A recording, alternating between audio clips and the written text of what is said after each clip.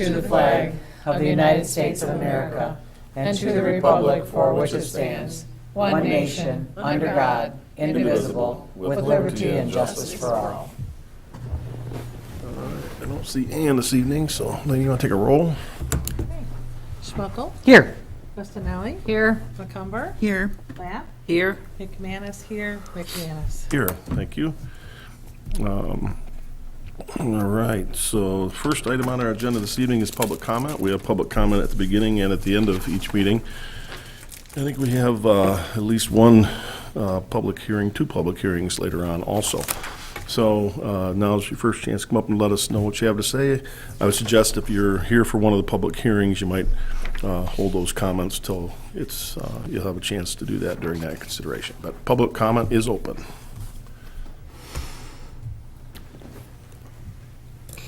And is the case most of the time, nobody's running forward, so we're going to close public comment. Excuse me, and bring it back to the board for the review and approval of the amended agenda, which is in front of you tonight. I'll make a motion that we adopt the amended agenda for tonight. Support. Motion made and supported to approve the agenda as amended and presented. Any further discussion on that motion? Hearing none, all in favor signify by saying aye. Aye. Opposed? Motion carried. Consent calendar. The purpose of the consent calendar is to expedite business by grouping non-controversial items together to be dealt with in one board motion without discussion. Any member of the board, staff, or the public may ask that any item on the consent calendar be removed therefrom and placed elsewhere on the agenda for full discussion. Such requests will be automatically respected.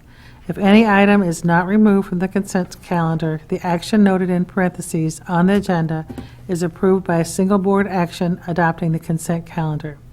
There's minutes, February 10th, 2026, regular meeting, recommend approval. Bills, general fund, $48,628.78, recommend approval. Garfield Township Strategic Plan 2025 Year-End Report, receive and file. Consideration of Kingsley Lumber Water Main Extension Closeout and Turnover Documents, recommend approval. All right. Is there any item that anyone on the board would like to have removed and placed elsewhere on the agenda? Any item staff would like to have removed? Any item anybody in the public would like to have removed and placed elsewhere? Yeah, seeing none, I would entertain a motion. I'll make a motion that we adopt the consent calendar as presented. Support. Motion made and supported to adopt the consent calendar as presented. Any further discussion on that motion? We have a roll, please.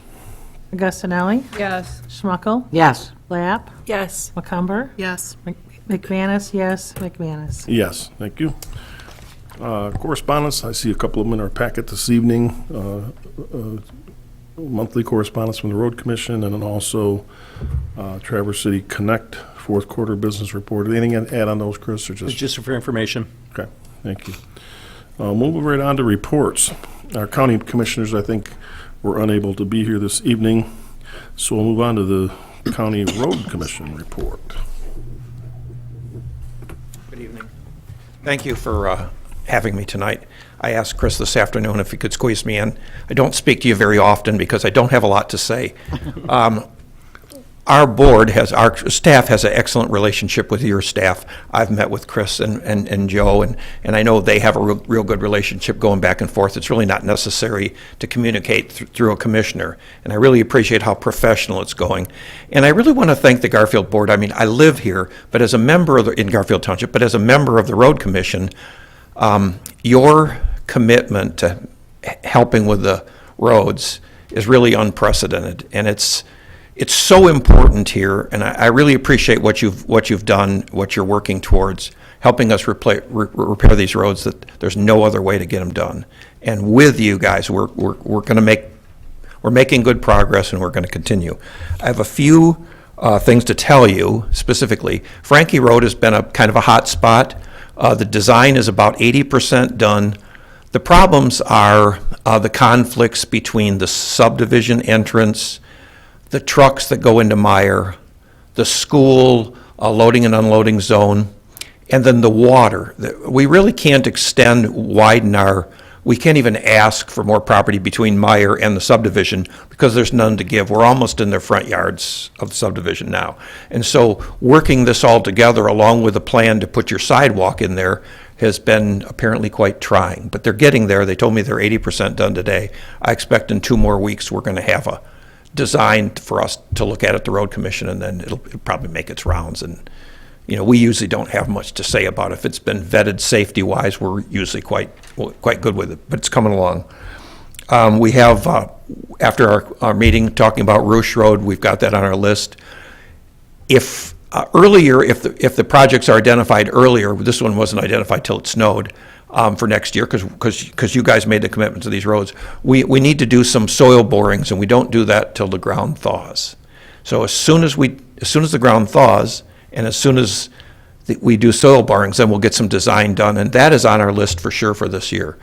My favorite project is the Zimmerman Connector, and I think that might take a longer, where we have to negotiate with some property owners. We have input with your planning and zoning, but we're going to work toward that, and I feel like it's really a thing missing on the west side of town. The Cass Road is going to be reconstructed from Airport all the way to Robbins Bridge this year in 2 segments. From what I understand, the detours are going to be the traffic control is going to be a little complicated because that's a busy corridor.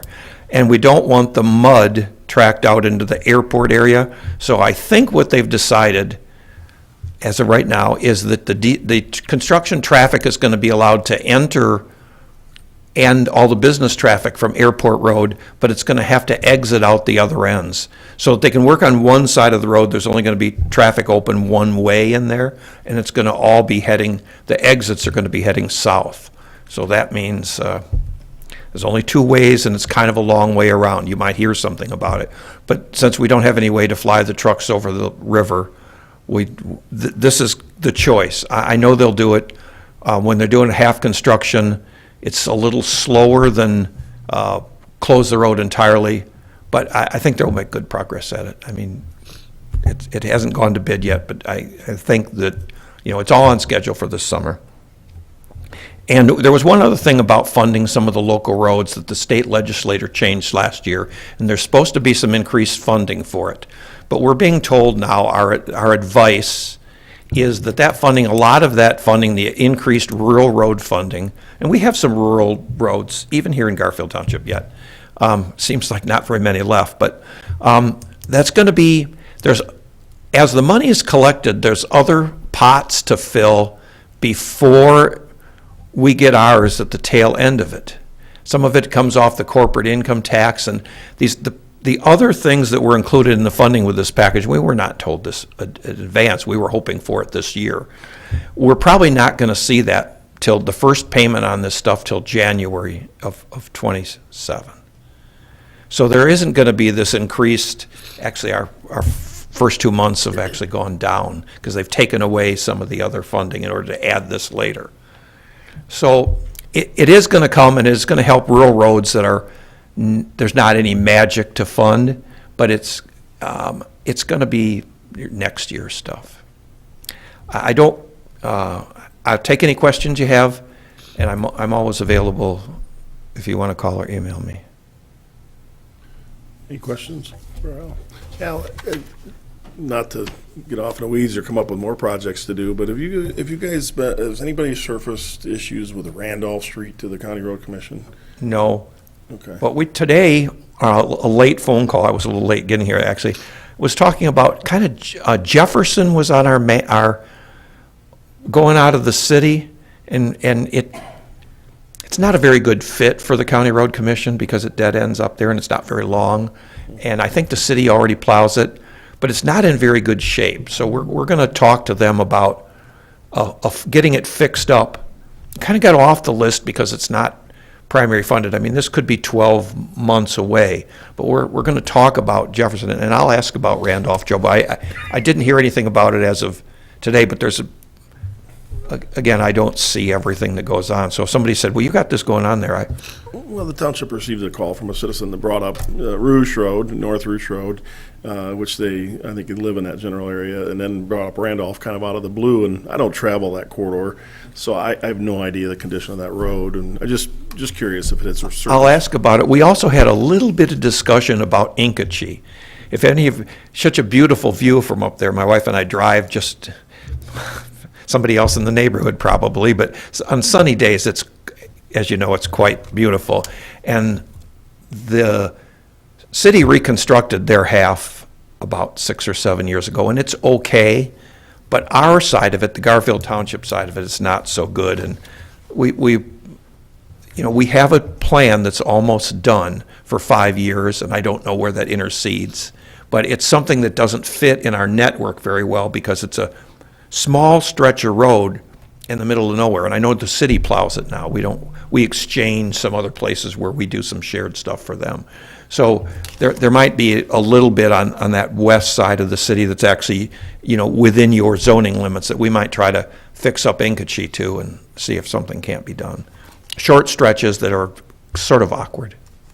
Well, I know that border roads are complicated enough when you're dealing with townships, but now when you're dealing with a city and a township, it probably even complicates it more. Yeah. So. Thank you very much. Thanks, Al. Appreciate you coming in. Thank you. Engineering report. Jennifer.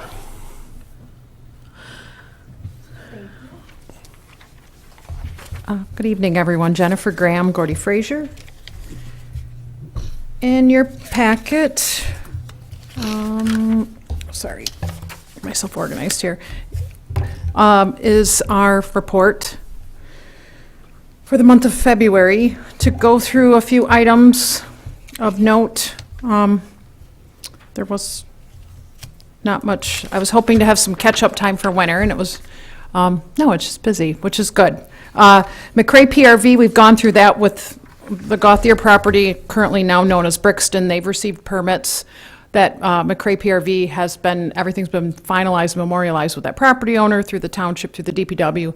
So thankfully, we're moving ahead. That project is advertised for bids. So it'll be nice to have a new home for the large PRV that serves the 31 corridor to the north and have the ability to abandon the old one. And I know the DPW will also be thankful for that. Action items ongoing, there's quite a few, and I don't necessarily have in this report, but as the engineer for the DPW, a lot of these unilaterally have impact to Garfield Township specifically, too. One being tank inspections. We've got Dixon Engineering, who, that's pretty much their area of expertise is tank inspections, and then from existing and proposed, and from an integrity perspective. So they're going to be coming here this spring. I'll be working with the DPW staff to, they're going to come in and inspect the interior and the exterior of those tanks, mainly looking at conditions, structurally, foundation, the adhesion and condition of the paint. And this is relevant to the Bermley tank and the Heritage tank that is offline, but it generates a lot of revenue for the township, and we want to continue to make sure that it's still in good condition. The working with and supervisor and manager, we've had discussions with DPW as well, kind of just taking a new review of the REU schedules and as far as water and sewer benefits, and just making sure that we're current with new uses that are coming into the township consistent with standards and flows. So that's an exercise I'm going through. Also, something else for this board to be made aware of, and you guys have heard about it in the past, is lead service lines. And albeit it's easy for us to say you guys don't have any, but there are a couple pockets of existing communities that you guys inherited and took over at one point that used to be on well systems. For example, one is Panorama area. That's older water main, older homes that we potentially suspect doesn't mean they do, have either lead or galvanized components, goosenecks. So we're just cognizant of those and kind of keeping track. So overall, in the grand scheme, you guys might have maybe 100 in the entire system of all your customers. But with that being said, there's a grant that became available because basically all the other states through EPA, they're mandating lead service line investigation inspection, and the feds had appropriated funds. A lot of the other states didn't use those funds, and so the state of Michigan, we were happy to collect those donations of funds. So there was an influx of about $100 million that Eagle received, and so they had an opening on their website for opportunities for grants. So just being aware of your situation, and it's regardless of your income. So it's points-based, and really, they're looking at, communities that are invested in wanting to replace 100% of their leads. So for you guys, that proved to be an excellent opportunity. So I just kind of went ahead on your behalf, and it wasn't really anything that required a formal process, but I just wanted you guys to be aware that there was an opportunity, so I just went ahead and submitted an application for you guys that took about 5 minutes. So I am hopeful, because that's just something we can check off our list. I appreciate the Road Commission. They had reached out to us about a week ago, or I should say the DPW, because of the high snowbanks, asked for access to the hydrant locations that we have from GIS so that they could plug those into their trucks, so when they're pushing back the snowbanks, they don't hit your hydrants. And I shared and received approval from township staff. But thank you. We appreciate the Road Commission being considerate of that and not damaging our hydrants and making sure that they're clear and accessible for fires. So I just wanted to bring that up. We are working on replacement of some infrastructure in Cass Road meter, piping in there, and that's a DPW contract. We are also going through, staff have some capacity right now, our inspection to all the private hydrants that you guys rescinded that ordinance. There's about 100 of them that are outstanding, and DPW are shorthanded, so they requested we go out and start doing an inventory of those, just to start the process so that we can see the condition of them and then bring them into your system. Because if they currently aren't being maintained, the DPW is doing them anyway, and if we're now not allowing for private, the goal being is they'll become public at some point. So we want to just have a good inventory of those hydrants. So I wanted this board to be made aware of that exercise. Munson Booster Station 4 is, Walton Contracting's done a great job. I appreciate you guys approving the last change order for cutting of the slabs. And again, I think you guys got an excellent price from them to provide that abandonment of that infrastructure. And so that'll have a nice space for DPW or township to house any future infrastructure. It's just going to be a nice heated space. And currently in there right now is some process piping, a meter to serve the Grand Traverse Commons Water District, which we hope in the near future you guys will be taking over that service district. So they are almost done. And so we've just been kind of helping with contract administration. And I've got to do a final inspection with Walton next week on that. On the sewer side, I think big things of note, Blair Township Sewer Agreement. I collected all the costs associated for O&M, including utilities, and then basically how the agreement reads is it was proportionate to Garfield Township flow. This is related to Blair Township distributes or collects all their sanitary sewer for their township customers and then sends it through a force main along 31 that outlets into gravity sewer near McRae that then discharges into pump station 6 near Applebee's. So currently there's an agreement in place between Garfield and Blair that deals with the treatment, which the city invoices for, but then also there's an agreement, or in that same agreement, Blair is supposed to be paying for their percentage of costs associated with the O&M. So that really hasn't been, I guess none of us were aware that hadn't been invoiced before. So this was a good exercise for us. So we're now moving forward, and we weren't retroactive from the last 20 years. We just started as of last year as good neighbors and pulled together those costs from last year. I created a memo, provided it to Chloe. And so I hope feedback I got that should be a good template moving forward for future years.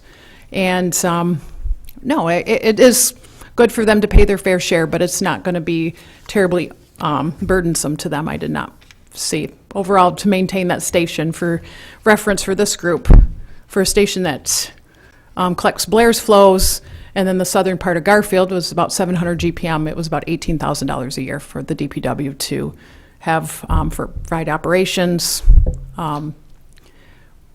cellular for communication, and electricity costs, in case you guys were curious.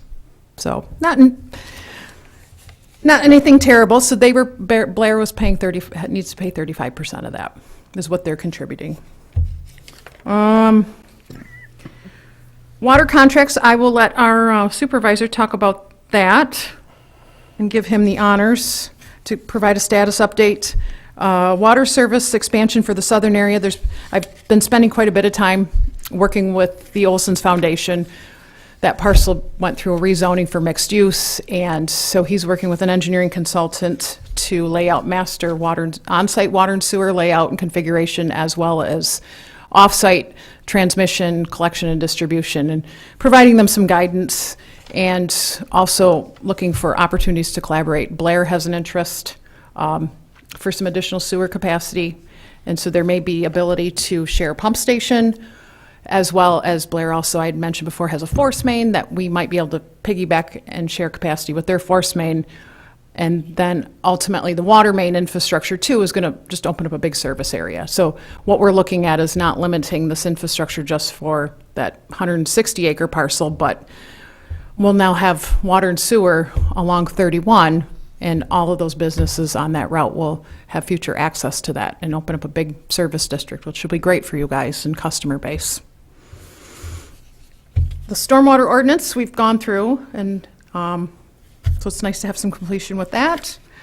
River East has also been another one. Spent quite a bit of time on, but I'm happy to report we've gone through everything, working with landscape architect, the township selected Sarah Kirk. She's provided a lot of great insight and some visuals, and just kind of creating a great landmark and branding for this park, and some additional information for you guys for other parks. We've incorporated a lot of her ideas. So the bathroom, the parking site work is all being currently advertised for bids.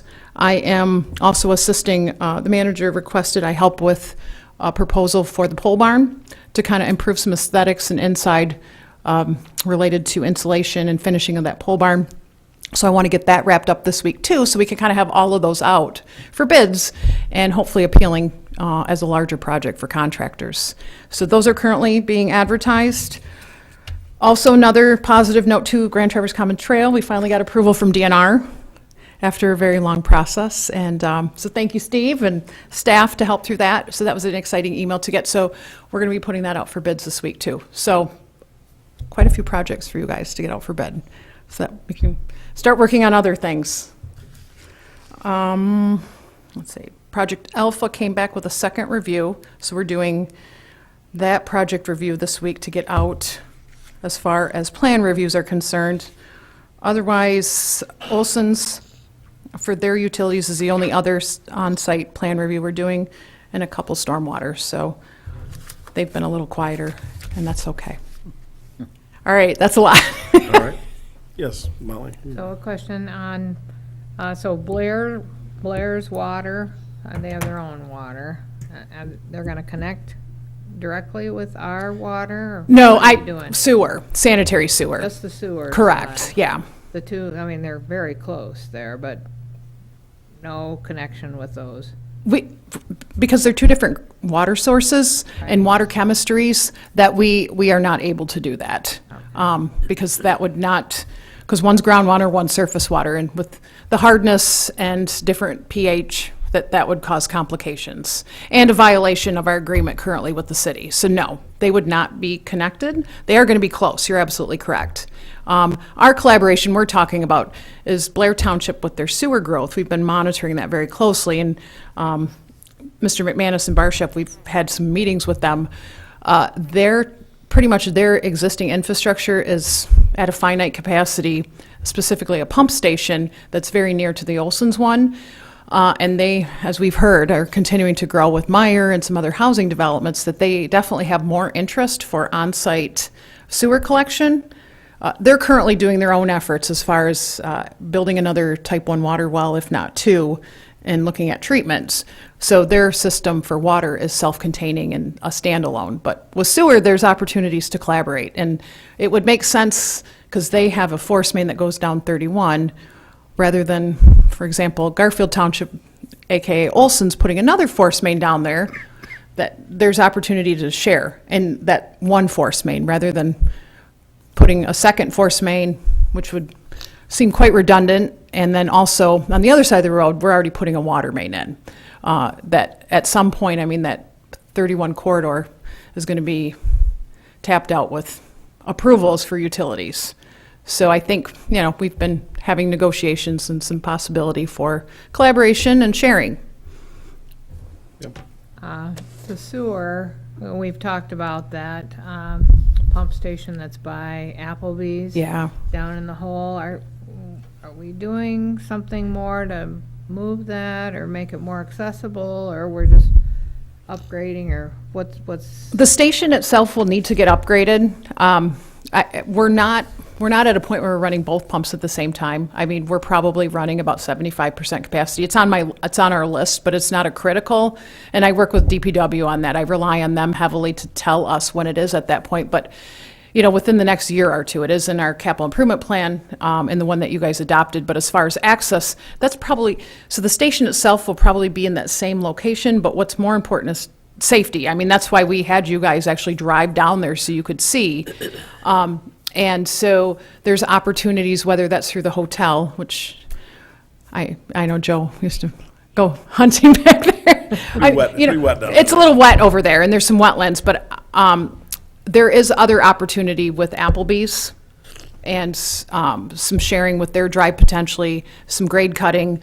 Oftentimes when we have opportunity, or we see an opportunity, we'll try to counter with something that may be beneficial to them, such as, hey, we can pave your parking lot along with this. Is there some things that you guys need if you give us access? Because it's not something the DPW needs day to day. It's on a weekly basis or emergency.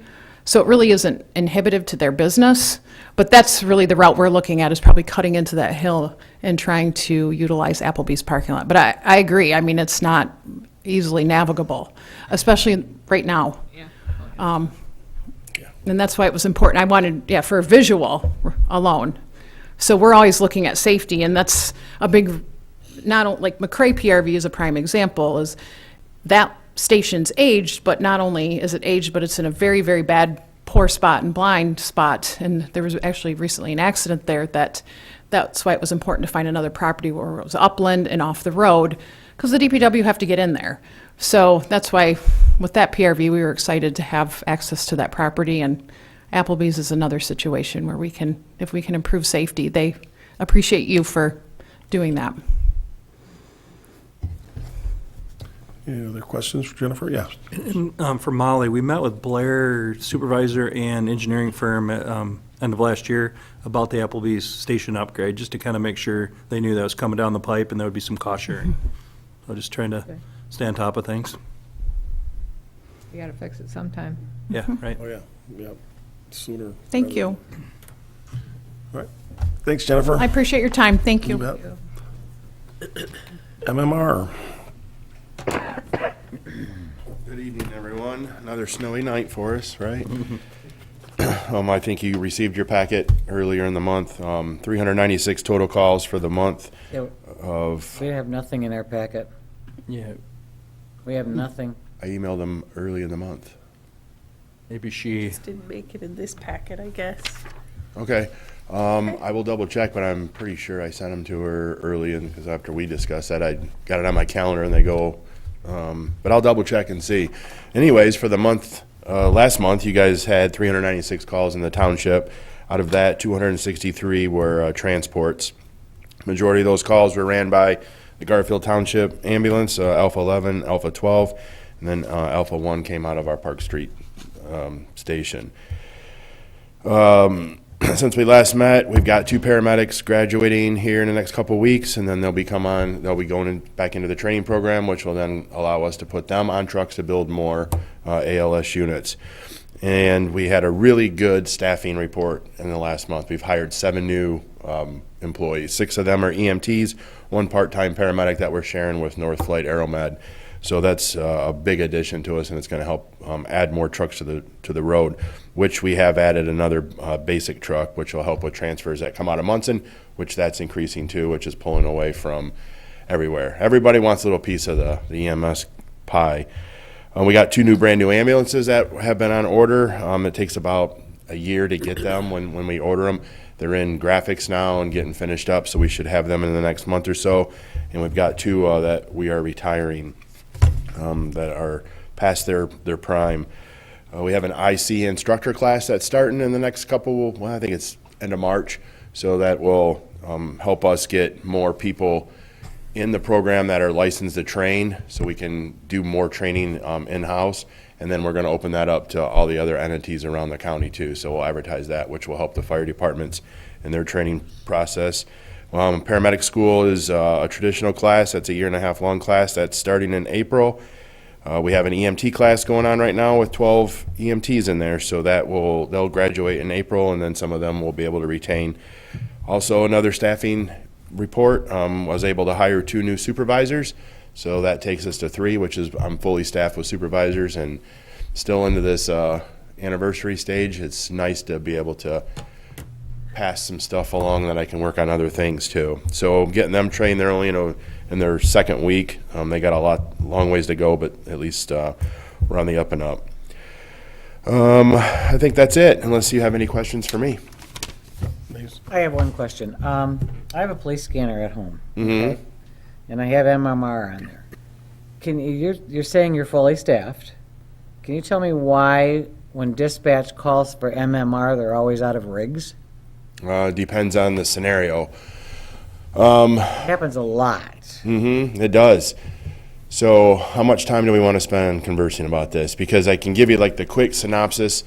There are so many factors that play a part of the day-to-day operations, from nursing home facilities that aren't advertised or broadcast over the 911 system because they come in direct, Munson and the transfer loads that occur, and then that entire health system, encompasses a large area between Grayling, Cadillac, Traverse City, Frankfort, and so on, Manistee.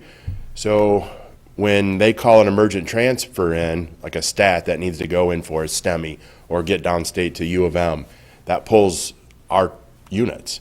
And we try and do everything we can to keep at least 2 ALS trucks in service in the area. But 2 911 calls can take that away. Now you throw in the mixture of the hospital is full, the ER, so we have ambulances waiting in the bay or in the ER room for 30 minutes to an hour sometimes. So trying to get them back out the door. All those things, now that doesn't all happen at the same time or the same day, but those are all types of scenarios that affect us. It's not that we can go from just our township to our township back to the hospital and then back to our fire station. We have all the different areas, and we're also providing service to Traverse City, Acme, and Whitewater. Some of those areas call us for extra units or mutual aid as well. So there's days, and this is an EMS thing that's not just a local thing, but it's a statewide, national thing. There's days I could have 15 trucks on and not have enough, and there's days I could have 6 on, and some of them don't do anything. And then there's the days that you hear, which is what we need to focus on, and a lot of that comes with education, nursing home facilities, hospital transfers. I meet with these people every day, every week, and try to discuss this to get a plan. Fire chiefs are very supportive, especially your fire chief, and it's a work in progress. Do you, by any chance, this is just my own curiosity, keep a log on how many times there's a call that comes in that you're out of rigs? Yeah. Is there any way that we could see that? Yeah, I could work on getting that data. I would like to see that, only because I'm hearing it so much. So much, right. Sure. Let me work on that and see how we can get that to be as accurate as possible. And some of it's going to have to come through Grand Traverse 911 system, which might make it difficult, but I'll talk to Corey and see how and when we can do that. All right, I'd appreciate it, thank you. Yeah, thank you. Anything else? Yeah, question? All right. Thank you. We can still talk for another 2 hours on that topic if you want, but No, I can get on a soapbox with that as well. all right. Thank you. Clerk's report. I've submitted my clerk's report in writing. Last week, our accountant was here who helps us with audit prep. And so we're getting everything ready for when we start our audit. So everything went really well with her. She scheduled 2 days and was out of here in 1. So everything Wow. went real well. Good deal. That's always good. All right. Any questions for the clerk? All right. Chris, manager's report. All right, there's a letter in your packet, just bullet points, what I'm going to discuss. The Law Enforcement Committee met with the sheriff recently to discuss our staffing for the township and if we have enough officers covering the needs. And so we're waiting for the sheriff to provide us with statistics for us to analyze and make a determination that are we good or do we need to add more potentially. So we're having that conversation for the sheriff to provide some stats to us. The next meeting is going to include Lieutenant Raska and Captain Branks of the Patrol Division. So that'll be in the near future. Employee handbook, Personnel Committee met last week with the company, and that's a big lift. We have a really good handbook, but at the end of this, it's going to be better. It's going to be something we have pride with and also valuable to our employees. So thank you for the board for approving that project. Boardman Lake Apartments, it's been in the media. They've had issues with their heating system over the course of a month and a half. We have worked with zoning staff, MISTA, and Representative Kafia regarding that. And at the end of the day, they showed us that they had fixed the boilers, gave proof that that had been taken care of. And apparently, because it's a pilot, low-income pilot project, MISTA usually does the property inspections. We don't do those. So we just wanted to make sure MISTA was aware that these issues were going on so they could stay on top of it. Also, through MISTA leadership and Representative Kafia's office, there were some arrangements for the management there to work with residents or tenants to help pay their electric bills, because what they did is they handed out space heaters to provide heat into each unit. So that obviously raised people's electric bills. A lot of those people sometimes can't even afford what they are this time of year. So the landlord is doing what they can to review those and help offset those costs, which I think it was a good gesture. I attended the City Strategy in Motion event last week at the Opera House. The city, I think it was probably their first annual, and basically to showcase their projects. I recognize staff for the good work that they're doing, talk about some changes, what the future is going to look like. Lasted a little over an hour. They had some hors d'oeuvres and stuff, and Representative Kafia was there again, and Senator DeMoose was in attendance. So it was just, it was well attended. It was kind of neat to see. So, and I was glad that the city manager invited us to attend. So we are looking at our communication system internally. This was done probably, I believe, about 5 years ago. What are we paying for internet? What are we paying for phone usage? How many phone lines are we paying for? Are we doing it for the cheapest cost that we can pay with the most reliable system? Is it better to combine services into one bill? So internally, we're just kind of doing a deep dive into that and trying to decide, do we stay where we're at or do we go a different direction? So that project's been in the works. I just want to make you aware of that someday I could bring something back asking for your support. The building committee has reviewed quotes on our battery backup system that is original to the building. I think this building's been here over 20 years, and that basically covers the gap of a power outage and our generator kicking on. And initial costs are roughly $1,500 to replace the batteries in the old system, or $30,000 for a whole new system. So the committee is weighing out the options, and then we're going to bring back to you a recommendation at our next meeting and have you consider it. Is it how much, 1,500 per battery? No, $1,500 for all the batteries, because there's like 10 banks of 6 batteries apiece, and they're all like little tractor batteries. Right. And what we're learning is that depending on the cost, it'll buy you, for, I don't know, it was like 15,000, no, 20,000, it was like 9 hours or 9 minutes of time. And for 5,000 more, it would buy you like 5 more minutes of time to save your data.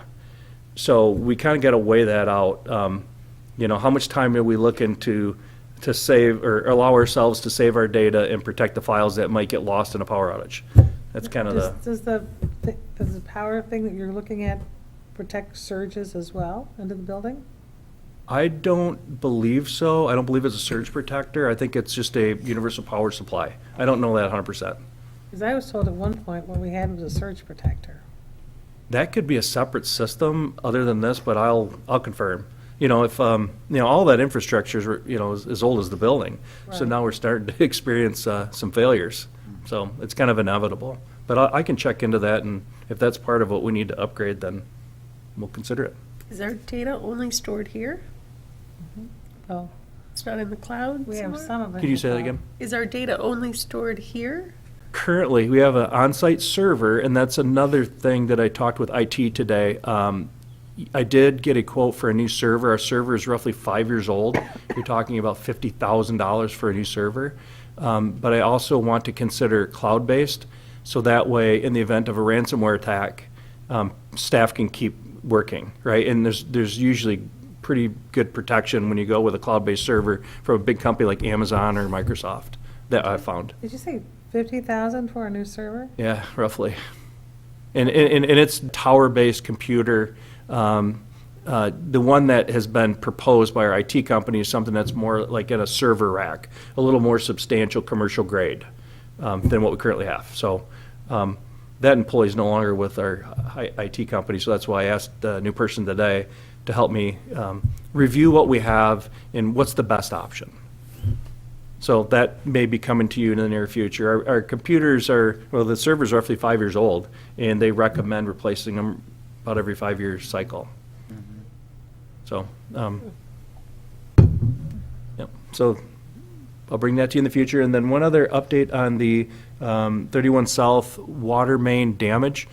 The DPW felt that they were responsible because they were in violation of the Missed Dig Act, which means they have to dig with shovels basically within 48 inches of flags. And that was what their initial scene response showed. However, at the end of the day, you have to prove that. So the DPW approved for Gordy Frazier to do an engineering review or survey of the location of those flags to the damage. And that survey proved that it was within 48 inches of the flags. So we initially were denied reimbursement from the contractor's insurance company back in December, and we presented them with this new information. They didn't change their opinion. They still denied our claim. We then had a meeting with the MDOT manager today and other staff with MDOT just to get them involved. And you know, they have a different opinion on what happened because apparently they had staff that responded as well. We learned that today. So I suggested that we get our engineer, get their staff together. We can compare notes and figure out truly what happened.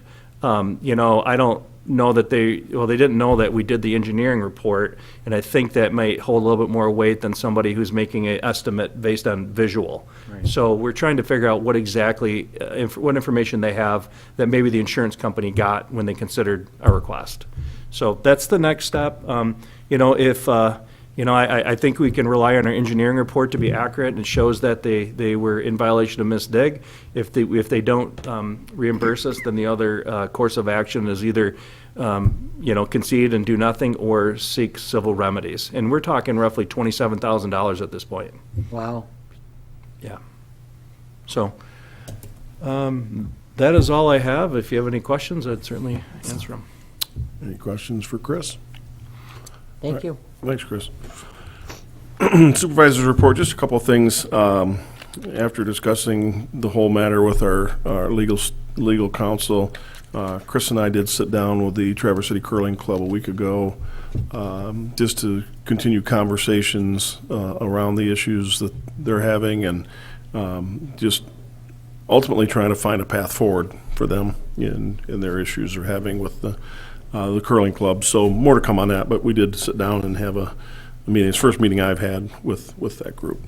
I attended my first TTCI meeting last week. Was interesting. I guess I come away with, I need to learn a lot more about that organization. It's just so many. I came away with a lot more questions than I did answers after sitting through a TTCI meeting. So there's a lot of chiefs in that room and not a lot of work. A lot of queen bees and not a lot of worker bees in that room. So, so enough about that. But it was a very interesting meeting. A lot of information, a lot of knowledge there. Water discussions continue. Good news is we're expecting the city to act on Monday night.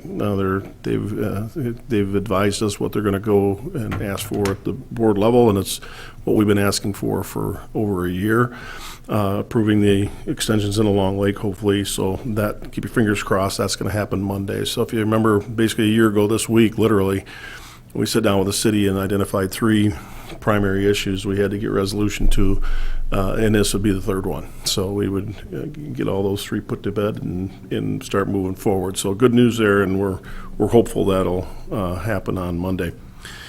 And then, from a fire board standpoint, I had a meeting today, and we did the personnel committee negotiated, and we just signed our fire chief to a 3-year contract.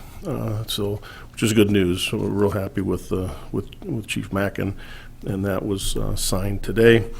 And then he's going to be here at our next meeting. We did get a copy of the annual report today, sneak peek at that, and he'll be here to present that to the full board next meeting. That's the plan.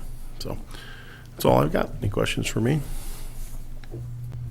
All right, we'll move on to unfinished business. Public hearing, consideration of 931 Dual Road conditional rezoning, resolution 2026-06-T, which starts on page 53 in your packet. Is anybody kicking this off? Or Steve, you going to kick this one off or not? Go ahead, just a brief understanding where we're at, and we'll open up the public hearing. So. Okay. Just a brief summary of this application is a request for conditional rezoning. This parcel is on Dual Road immediately behind 36 North Garfield, so kind of southeast of the corner of Garfield and South Airport Road. A conditional rezoning allows an applicant to request rezoning, but with certain conditions offered voluntarily by the applicant. And if those conditions are in the future not adhered to, the property would revert back to the underlying zoning, in this case, general industrial. The request is to conditionally rezone to general commercial for commercial district housing. So the property has a structure on it that, from outside appearance, it looks like a house, it looks like a residential dwelling. It had a dog grooming business in there previously, which was more of an industrial type use. That it's been vacant or not used for that for the last short-term past.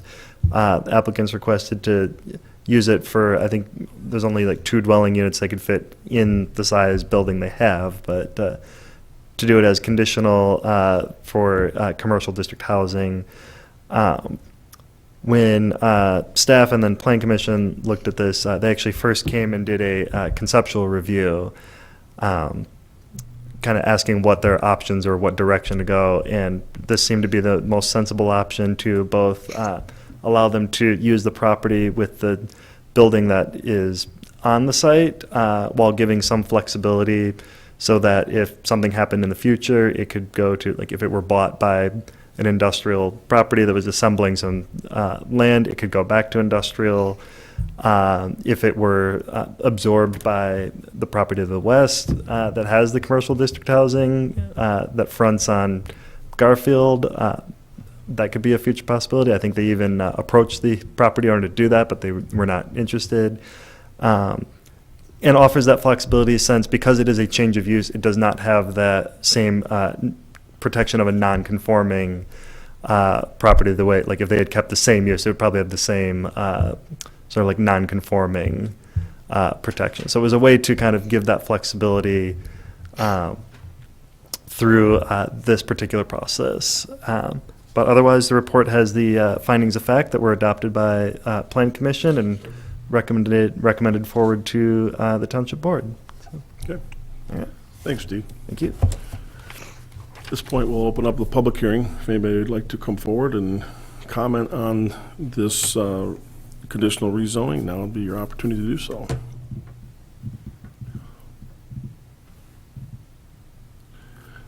I don't see anybody running forward, so we'll go ahead and close the public hearing.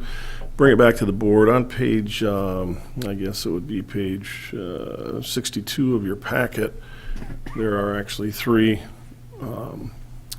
recommended motions to consider if this is what you'd like to approve. I'd like to make a motion that the Planning Commission's recommendations, findings, and facts for the application Z 2025-03 as provided in PD Report 2026-25, informing part of this motion be approved. Support. Motion made and supported to approve the findings of fact for application Z 2025-03 as presented in your packet. Any further discussion on that motion? Hearing none, all in favor signify by saying aye. Aye. Opposed? Motion carried. Make a motion that application Z-2025-03 submitted by Melissa Riggs Howard and James Howard to rezone parcel 05-013-030-00 located on 931 Dual Road from its current zoning of I-G General Industrial to C-G General Commercial with conditions and constituting amendment number 47 to Garfield Township Ordinance number 68 be approved based on the adopted findings and facts and for the reasons set forth in PD Report 2026-25. Support. Motion made and supported to approve the map amendment for application Z-2025-03 as stated in Planning Department Report 2026-25. Any further discussion on this motion? Hearing none, we need a roll call on that, please. Schmuckel? Yes. Augustinelli? Yes. McCumber? Yes. Lapp? Yes. McManus, yes.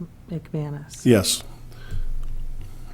I make a motion that resolution 2026-06-T for adopting amendment number 47 to the Garfield Township Ordinance number 68, conditionally rezoning parcel 05-013-0300 to the C-G General Commercial District, subject to the applicant's proposal statement of conditions be adopted. Support. Motion made and supported, to adopt the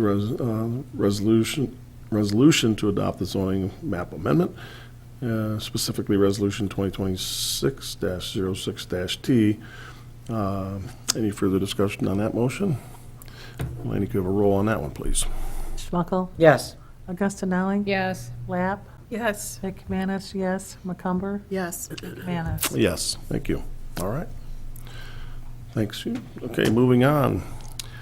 Item B, public hearing, consideration of amendment of the Uniform Sewer Use Ordinance of 1994 as amended in 2026. It starts on page 80 in your packet.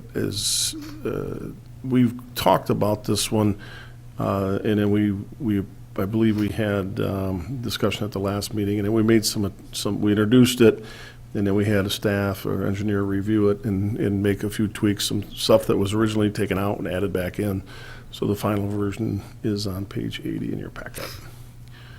So, then you don't know if there's much need to introduce this one.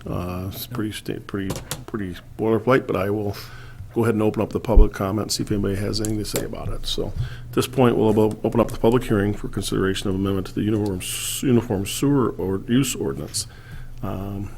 And it's amended. Nobody's here to talk about sewer tonight.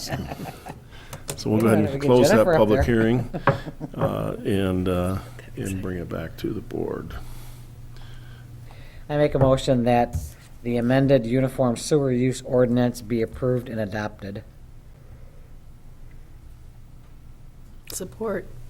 Motion made and supported that the amended Uniform Sewer Ordinance be approved and adopted.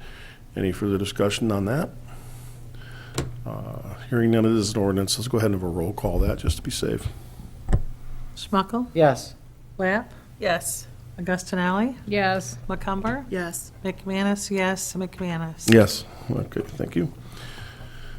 Moving on, new business. New business 8A, consideration of revised fee schedule Resolution 2026-07-T, starting on page 131 in your packet.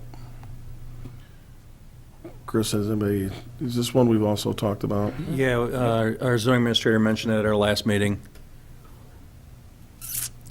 And he has a cover letter explaining the request and a requested motion Okay. on page 131. I make a motion that, I'm sorry, yes, I thought we had a public hearing. I thought we were doing a public hearing, sorry, Denise. Got hung up on public hearing. Go ahead. I make a motion that resolution 2026-07-T, amending the Charter Township of Garfield fee schedule, be adopted. Support. Motion made and supported that we approve resolution 2026-07-T, amending the Charter of Township of Garfield fee schedule as presented in your packet. Any further discussion on that motion? Hearing none, could we have a roll call, please? Schmuckel. Yes. Lapp. Yes. Augustinelli. Yes. McCumber. Yes. McManus. Yes. McManus. Yes, thank you. All right, moving on. Public comment. So now is our second official public comment. Anybody has anything they'd like to say, please step up to the microphone and let us know. So, yeah, go ahead. My name's Greg Riggs from Traverse City. It was my niece and her husband over here on Dual Road that, thank you. It's they're gonna do a little remodeling to the place, and it's gonna be wonderful over there. Thank you very much. Thank you. Thank you. All right. I don't see anybody else running forward, so we'll go ahead and close public comment. Is there any other items anybody on the board would like to bring to our attention this evening? Are you all set with MTA? All right. Being none, just a reminder, tomorrow night, we're back here with a joint meeting with the Planning Commission. So we will stand adjourned until tomorrow night. Okay. 6 o'clock. It is 6 o'clock too, by the way. I know there was one